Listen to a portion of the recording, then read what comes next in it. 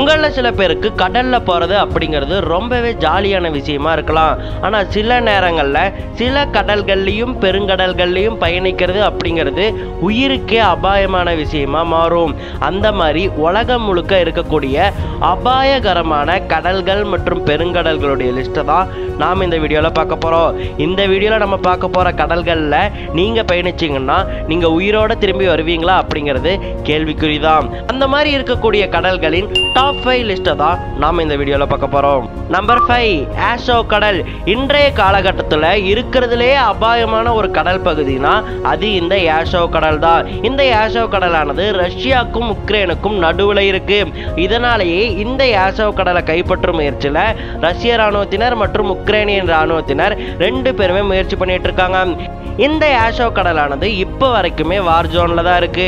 இந்த ஆஷோ கடலின் பெரும்பாலான பகுதியை ரஷ்ய இராணுவத்தினர் தான் கைப்பற்றி வச்சிருக்காங்க.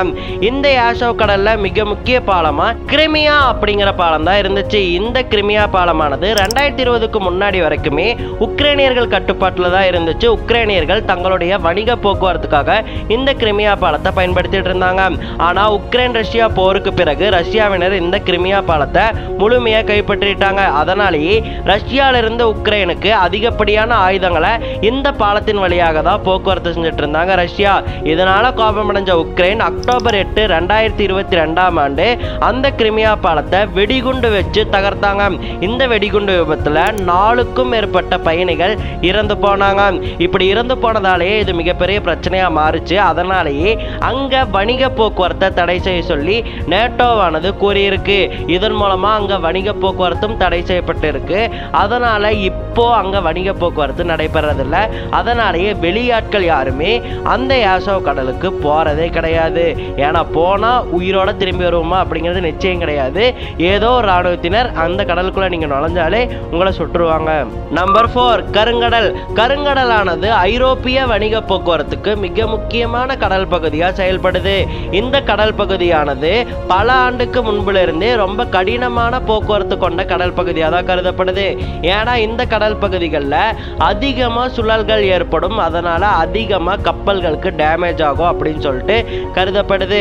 அதோட சேர்த்து இன்னொரு புதிய பிரச்சனையும் வந்திருக்கு. அதுதான் ரஷ்யா மற்றும் உக்ரைனிய போர். இந்த ரஷ்யா மற்றும் உக்ரைனிய போர்ல ரஷ்யாவின் ஐரோப்பிய போக்குவரத்துக்கு மிக முக்கியமான பாதையாக விளங்கக்கூடிய ஒரு கடல் தான் இந்த கருங்கடல். இந்த கருங்கடல்ல தான் அதிகப்படியான எண்ணெய் வளங்களை ஐரோப்பாவிற்கு ஏற்றுமதி செய்யும் பணியை ரஷ்யாவினர் செஞ்சுட்டு இருந்தாங்க. ஆனா இது பிடிக்காத நேட்டோ மற்றும் உக்ரைனிய அரசுகளானது ரஷ்யாவின் ஒரு வணிக கப்பலை தாக்குனாங்க 2023ல. அதே 2023 அக்டோபர் மாதம் இன்னொரு ஐரோப்பாவின் வணிக கப்பலை ரஷ்யாவின் இராணுவ கப்பலானது தாக்குச்சு. இதனாலேயே அங்க வணிக கப்பல்கள் போக்குவரத்தானது இல்லாமலே போயிருக்கு. அது மட்டும் இல்லாம அங்க வணிக கப்பலையும் தாண்டி எந்தெந்த மக்கள் அந்த கடலுக்குள்ள நுழைஞ்சாலுமே அத்துமீறி அவங்கள போர்க்கைதிகளா சிறைப்பிடிக்கும் பணியில 2 இராணுவத்தினருமே ஈடுபட்டிருக்காங்க. இதனாலேயே கருங்கடலானது ரொம்ப அச்சத்திற்குள்ளான கடல் பகுதியா இப்ப கருதப்பட்டு இருக்கு. நம்பர் 3 ஆர்டிக் கடல். ஆர்டிக் கடல் தான் உலகத்திலேயே மிகச்சிறிய கடல்கள்ல ஒன்னா கருதப்படுது. இந்த கடல் பகுதியானது மிக அச்சுறுத்தக்கூடிய கடல் பகுதிகள்லயும் ஒன்னா கருதப்படுது. ஏன்னு கேட்டீங்கன்னா இந்த ஆர்டிக் பகுதியானது எந்த அளவுக்கு குளிர் நிறைந்த பகுதி அப்படின்னு சொல்லிட்டு நான் சொல்லி உங்களுக்கு தெரிய வேண்டிய அவசியம் கிடையாது. இந்த பகுதிகளில் குளிர்காலத்துல மட்டும் -50 டிகிரி செல்சியஸ் அளவுக்கு குளிரானது அடிக்கும். இங்கே நீங்க கப்பலை ஓட்டிட்டு போனீங்கன்னா எப்ப நீங்க உறைஞ்சு போவீங்க அப்படின்னு சொல்லிட்டு உங்களுக்கே தெரியாது. அது மட்டும் இல்லாம டைட்டானிக் மூழ்கினதுக்கு மிக முக்கிய காரணம்னா அது ஒரு பனிப்பாறை தான். ஒரு பனிப்பாறைக்கே ஒரு டைட்டானிக் வீழ்ந்திருக்குன்னா இந்த ஆர்டிக் கடல் பகுதி முழுக்கவே பனிப்பாறைகள் தான் நிறைஞ்சிருக்கும். எந்த இடத்துல எந்த பனிப்பாறை இருக்கும்னு சொல்லிட்டு இந்த கடல் பகுதியில நீங்க பயணிக்கும் போது உங்களுக்கே தெரியாது. அதனாலேயே நிறைய பனிப்பாறை விபத்துகளானது இப்போ வரைக்குமே ஆர்டிக் கடல் பகுதியில நடந்துட்டு தான் இருக்கு. அதோட ஆர்டிக் கடல் பகுதியில அதிகப்படியான பனி புயல் பேஞ்சிட்டே இருக்குமாமா. இந்த பனி புயல நீங்க சிக்கிட்டீங்கன்னா உயிர் தப்பிச்சு வர்றது ரொம்பவே கஷ்டம். அதே மாதிரி மற்ற கடல் பகுதிகளை போல இந்த கடல் பகுதிகளில் வழியை கண்டுபிடிக்கிறது அப்படிங்கிறது மிக மிக கடினமான விஷயமாமா. ஏன்னா மற்ற கடல் பகுதிகளில் ஒவ்வொரு தீவுமே வித்தியாசமா இருக்கும். ஆனா ஆர்டிக் கடல் பகுதியை பொறுத்த வரைக்கும் எல்லா தீவுகளுமே ஒரே மாதிரி இருக்கும். இதனால நீங்க எங்க இருக்கீங்க அப்படின்னு சொல்லிட்டு உங்களுக்கு எக்ஸ்பீரியன்ஸ் இல்லைன்னா உங்களுக்கே தெரியாது. அந்த அளவுக்கு மிக அச்சுறுத்த அச்சுறுத்தக்கூடிய மர்மமான அபாயகரமான ஒரு கடல் பகுதி தான் இந்த ஆர்க்டிக் கடல் பகுதி. நம்பர் 2, மெடிட்டரேனியன் கடல். இந்த மெடிட்டரேனியன் கடலானது புவியியலாளர்களால் மூடப்பட்ட கடல் அப்படிங்கிற செல்ல பெயரோட தான் அழைக்கப்படுது. அதோட உலகத்திலேயே மிகப்பெரிய ஏரின்னு சொல்லி தான் இந்த கடலை புவியியலாளர்கள் அழைக்கிறாங்க. ஏன்னா இந்த கடலானது மற்ற கடல்களை போல பறந்து விரிந்து இருக்காது. இந்த கடலை சுற்றி பல நாடுகள் ஒரு எல்லைகளா அமைந்திருக்கும். ஒரு ஏரி மாதிரி தான் பல நாடுகளுடைய எல்லையில இந்த கடலானது அமைந்திருக்கும். இப்படி நாலா பக்கமுமே கடற்கரைகள் இருக்கிறதாலேயே இந்த கடல்ல குறைவான உயரத்துல தான் அலைகள் எந்திருக்கும். குறைவான உயரத்துல அலைகள் எந்திரிச்சாலுமே மிக வேகமாக இந்த அலைகள் எல்லாம் அடிக்கும். இப்படி அடிக்கிறதாலேயே இங்க வந்து கப்பல் போக்குவரத்தானது கடினமான ஒன்னாதான் இருக்கும் மாலுமிகளுக்கு. அது மட்டும் இல்லாம இங்க காற்றானது மிக ஃபாஸ்டா அடிக்கும். கிட்டத்தட்ட மணிக்கு 185 கிலோமீட்டர் ஸ்பீட்ல இங்க காத்து தொடர்ச்சியா அடிச்சுக்கிட்டே இருக்கும் சராசரியா.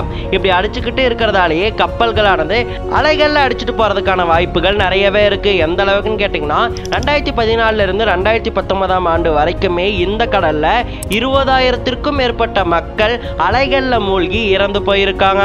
இப்படி பல பேர் இறந்து போறதாலேயே இந்த கடல் பகுதியில வந்துட்டு பயணிக்கிறத கப்பல் மாலுமிகள் தவிர்த்துட்டே வராங்க. இப்படி பல கப்பல்கள் இங்க பயணிக்கிறத தவிர்க்கிறதாலேயே அகதிகளை கடத்தி கொண்டு வரக்கூடிய கப்பல்கள் இங்க அதிகமா பயணிக்கிறாங்க. இப்படி அகதிகளை கடத்திட்டு வரக்கூடிய அகதிகள் கப்பல்களின் மாலுமிகள் அகதிகளை வேற ஒரு நாட்டுக்கு கொண்டு போய் வர்றதுக்காக அந்த அகதிகள் கிட்ட இருந்து அதிகப்படியான காசுகளை வசூலிப்பாங்க. அது மட்டும் இல்லாம காசு தராத அகதிகளை அப்படியே கடல்ல தூக்கி வீசிட்டு போற சம்பவங்களும் இந்த அகதிகள் மாலுமிகள் பண்ணியிருக்காங்க. இப்படி பண்றதாலேயே மிக அச்சுறுத்தக்கூடிய பிணங்கள் நிறைந்த ஒரு கடல் பகுதியா இந்த மெடிட்டரேனியன் கடலானது திகழ்ந்துட்டு இருக்கு. நம்பர் 1, இந்திய பெருங்கடல். உலகத்தில் இருக்கக்கூடிய டேஞ்சரஸ் கடல்கள்லயே நம்பர் 1 இடத்துல இருக்கக்கூடிய ஒரு கடல்னா அது இந்திய பெருங்கடல் தான். ஏன்னா இந்திய பெருங்கடல் தான் கடற்கொள்ளையர்களின் கோட்டையாக திகழ்ந்துட்டு இருக்கு. இப்ப கிடையாதுங்க, 16ஆம் நூற்றாண்டின் முன்பிலிருந்தே கடற்கொள்ளையர்கள் அதிகம் வசிக்கக்கூடிய ஒரு கடல் பரப்பா இந்திய பெருங்கடல் திகழ்ந்துட்டு இருக்கு. இந்த இந்திய பெருங்கடல்ல வணிக போக்குவரத்து கப்பல்கள் எது போனாலுமே சரி கண்டிப்பா அதை கடற்கொள்ளையர்கள் தாக்கிடுவாங்க.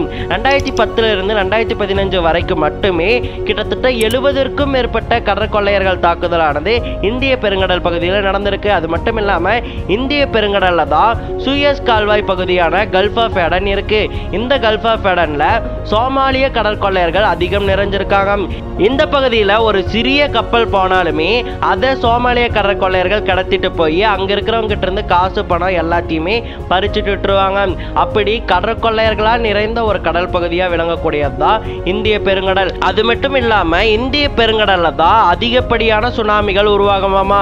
உதாரணத்துக்கு 2004 சுனாமியா யாருமே மறந்திருக்க மாட்டீங்க.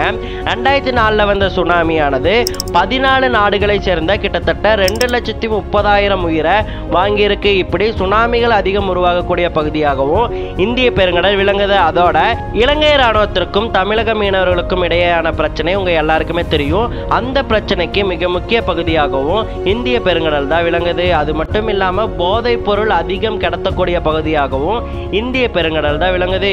இப்படி மக்கள் அச்சுறுத்தக்கூடிய எல்லா வகையான செயல்களும் நடக்கக்கூடிய ஒரு கடலா தான் இந்திய பெருங்கடல் இருக்கு. அதனால தான் இந்த லிஸ்ட்ல நம்பர் 1 இடத்துல இந்திய பெருங்கடல் இருக்கு.